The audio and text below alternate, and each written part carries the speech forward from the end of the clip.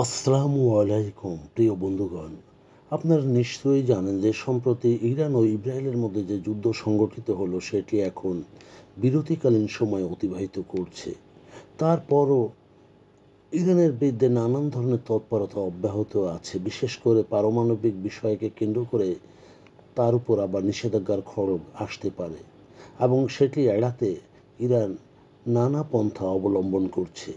বিশেষ করে ইরানের পররাষ্ট্রমন্ত্রী আব্বাস আরাকচি শুক্রবার বলেছেন, ইরানের উপর জাতিসংঘের নিষেধাজ্ঞার পুনরাবৃত্তি রোধে ইউরোপীয় শক্তিগুলির কাছে একটি ন্যায্য ও ভারসাম্যপূর্ণ প্রস্তাব পেশ করেছেন, যা একটি সৃজনশীল, ন্যায্য এবং ভারসাম্যপূর্ণ প্রস্তাব এবং প্রকৃত উদ্বেগের সমাধান করে।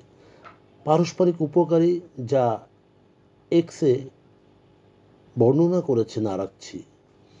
ব্রিটেন, ফ্রান্স, জার্মানি অর্থাৎ E3 খ্যাত নামে পরিচিত এই ইউরোপীয় ইউনিয়নের কাছে ও পাঠানো হয়েছে। শুধু তাই নয়, আরাকচি বলেন, এই ধারণাটিকে রূপান্তরিত করা তাৎক্ষণিক হতে পারে এবং সংকট এড়াতে সংশ্লিষ্ট মূলনীতি সমাধান করতে পারে, এবং শুধু ইরান একমাত্র দায়ী হতে পারে না। শুক্রবার জাতিসংঘের নিরাপত্তা পরিষদে তেহরানের বিতর্কিত পারমাণবিক কর্মসূচির কারণে কঠোর অর্থনৈতিক নিষেধাজ্ঞা পুনর্বহালের বিষয়ে ভোটাভুটির সময়ে এই মন্তব্য করেছেন আরাকচি। কূটনৈতিক সূত্র মতে, ইরানের স্থিতি অবস্থা বজায় রাখার জন্য এবং মাসের শেষ নাগাদ শাস্তিমূলক ব্যবস্থা আরোপ রোধে প্রয়োজনে 9টি ভোট নেই। 2015 সালের ঐতিহাসিক পারমাণবিক চুক্তি স্বাক্ষরকারী E3 দেশগুলি চুক্তির মাধ্যমে ইরানের পারমাণবিক কর্মসূচি বিধিনিষেধ আরোপের বিনিময়ে নিষেধাজ্ঞা তুলে নেওয়া হয়েছিল। তাদের দাবি, তেহরান চুক্তি ভঙ্গ করেছে। মূলত সেই চুক্তি ছিল ইরানকে পারমাণবিক অস্ত্র অর্জন থেকে বিরত রাখা। পশ্চিমা ও ইসরায়েল দীর্ঘদিন ধরে ইরানের বিরুদ্ধে আশ্রয় দেওয়ার অভিযোগ করে আসছে, তবে ইরান তার বিরুদ্ধে ওঠা সকল অভিযোগ অস্বীকার করে আসছে।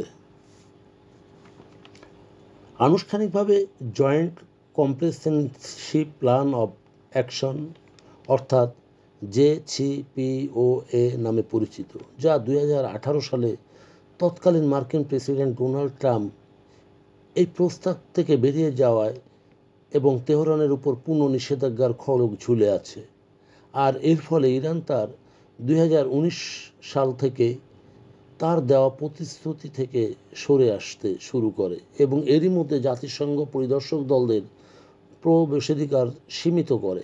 তবে IAEA সতর্ক করে দিয়েছে যে ইরানই একমাত্র অপারমাণবিক অস্ত্রধারী দেশ যার 60% পর্যন্ত ইউরেনিয়াম সমৃদ্ধ করে, যা 2015 সালের চুক্তি থেকে 3.67% সীমার অনেক বেশি এবং অস্ত্রের প্রয়োজনীয় উপাদানের 90% থেকে একটি ছোট্ট পদক্ষেপ।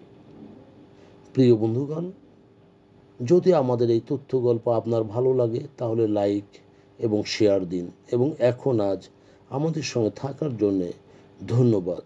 আমাদের ফলো দিন এবং সাবস্ক্রাইব করুন।